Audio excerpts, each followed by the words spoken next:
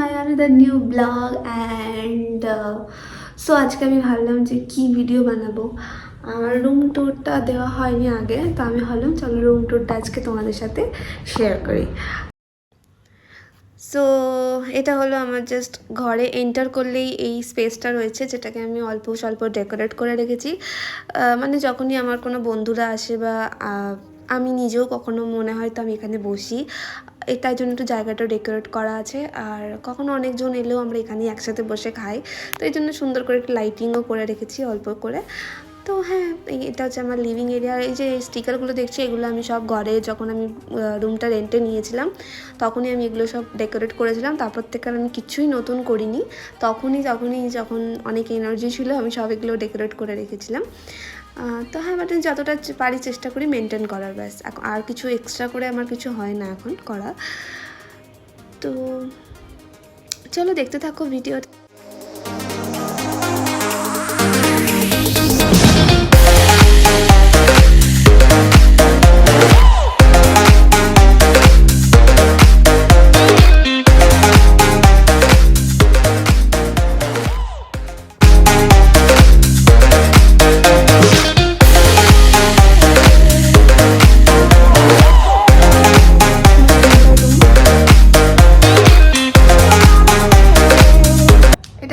অন্য রুম, মানে এটাতে আমি থাকি না, এটা আমার বেডরুম নয়।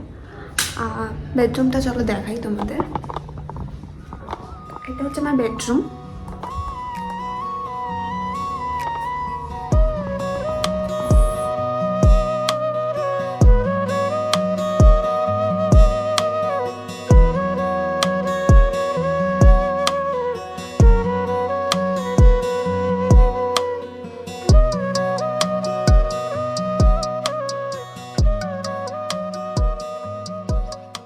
আমি বানিয়েছি আমার ফ্যামিলি ফটোস, যাতে আমাদেরকে মিস না করি বেশি। আর রুমের সাথে অ্যাটাচড এখানে একটা বাথরুম রয়েছে, আর এইখানেও আর একটা এক্সট্রা বাথরুম রয়েছে।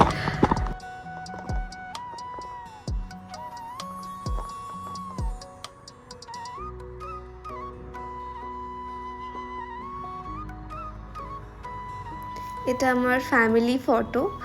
এটা আমার দাদার বিয়েতে রিসেপশনে আমরা তুলেছিলাম এই ছবিটা। এখানে শুধু আমার ভাই মিসিং আছে, বাকি সবাই আমরা রয়েছি ফটোটাতে।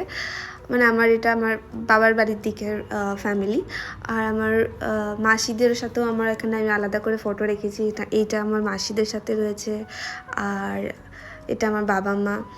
তো আমি এরকম ছোটো ছোটো সবার সাথে ফটো রেখেছি, যাতে আমার মানে যখনই আমি ফ্যামিলিকে বা কিছু একা লাগে তো আমার এগুলো দেখলে ভালো লাগবে। আমি অনেক দিন ধরেই ভাবছিলাম, তো আমি এটা রিসেন্টলি করেছি। আমার খুব ইচ্ছা করছিল যে মানে একটা ফটো কেন রাখবো, আমি ভাবলাম আমার কাছে যখন এত সুন্দর সুন্দর ফটো আছেই, তা why not a collage or something like this. তো আমি এরকম ভাবলাম, তো আমি জাস্ট ইমিডিয়েট ভাবলাম, তো আমি করে ফেললাম। যা মানে ভেবেছিলাম ততটাই। তা আমার দাদায়ের সাথে এখানে একটা ফটো ফ্রেম বাঁধিয়ে রেখেছি আমি। দাদা আর দিদা দুজনের সাথে আমার এখানে একটা রয়েছে ফটো। আর এটা আমার বাবার সাথে। তো ইয়েস, আমার ভাই বোনদের সাথেও তোমরা দেখলে এরকম কিছু ফটোস রয়েছে। তো ভাল লাগে বেশ, মানে মনে হয় যে হ্যাঁ, মানে দেখলেই একটা বেশ এনার্জি বা একটা হ্যাপি ফিল হয়। তো তার জন্য আমি এটা করেছি। যারা হয়তো আমার মতো একা থাকো, দূরে থাকো, তারা হয়তো রিলেট করতে পারবে ব্যাপারটা। মানে বাড়ির থেকে দূরে থাকলে একটু হয় এরকম একটা ফোমো ফিল হয় সব কিছুতে। তো যাই হোক, সেটার জন্য আমি এটা করেছি। আর এটা হচ্ছে আমার কিচেন, যেটা আমি ঠিকঠাক পরিষ্কার রাখার চেষ্টা করি সবসময়, বিকজ আমার কিচেনটা যেন পরিষ্কার থাকে, আমার এটা মনে হয়। বাকি আমি ঘর যতটাই যা করি নোংরা হয়ে যায়, কিন্তু কিচেনটা আমি চেষ্টা করি একটু পরিষ্কার থাকে যেন।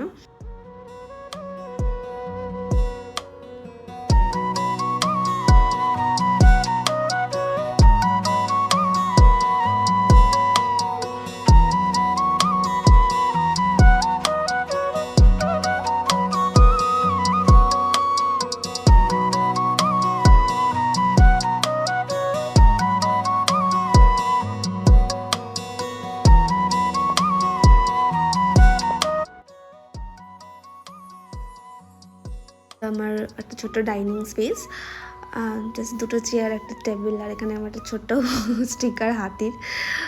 আর ব্যাস এখানে একটা ফ্রিজ রয়েছে, একটা মাইক্রোওভেন রয়েছে, আর হ্যাঁ ব্যাস এইটুকুই রয়েছে জিনিস এখানে। আর এর সাথে অ্যাটাচ এই সাইডে আর একটা রুম রয়েছে, যেটা আমার মানে একটা এক্সট্রা রুম, যেহেতু এটা 2 BHK অ্যাপার্টমেন্ট, তো ওই জন্য ওই রুমটা রয়েছে। এই যে এই রুমটার কথা বলছিলাম, তো এটা আমার একটা এক্সট্রা রুম। এই যে বেডটা দেখতে পাচ্ছ, এটা ডাবল বেড নয়, অ্যাকচুয়ালি একটা বেড আছে যেটা আমাকে ওনার দিয়েছিল, আর একটা আমার নিজের সিঙ্গেল বেড রয়েছে, আর ওখানে একটা অ্যাটাচ ব্যালকনি রয়েছে।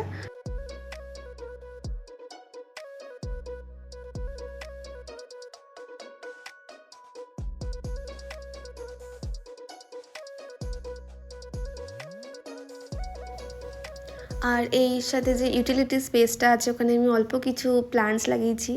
ভাল লাগে বেশ ঘরে একটু প্লান্টস লাগানো থাকলে, তো আমি তাই নিজেই কিছু নিয়ে এসেছিলাম প্লান্টস কদিন আগে, তো ওগুলো আমি এখানে লাগিয়ে রেখেছি। আর ওই ব্যালকনিতে একটা গোলাপের গাছ আছে, বাট এখন এত অন্ধকার হয়ে গেছে আর প্রচুর জামা কাপড় মেলা আছে, তাই আমি এখন আর এত দেখাচ্ছি না। Okay, so that's it for today. I hope you enjoyed my video. আর তোমাদের যদি আমার এই ছোট্ট ডেকোরেশন তো বলা যায় না, বাস ঘরটাকে আমি একটু গুছিয়ে রাখার চেষ্টা করেছি, তো এটা যদি তোমাদের ভালো লাগে থাকে, so please like and comment. আর হ্যাঁ, don't forget to subscribe my channel. Thanks for watching, bye by.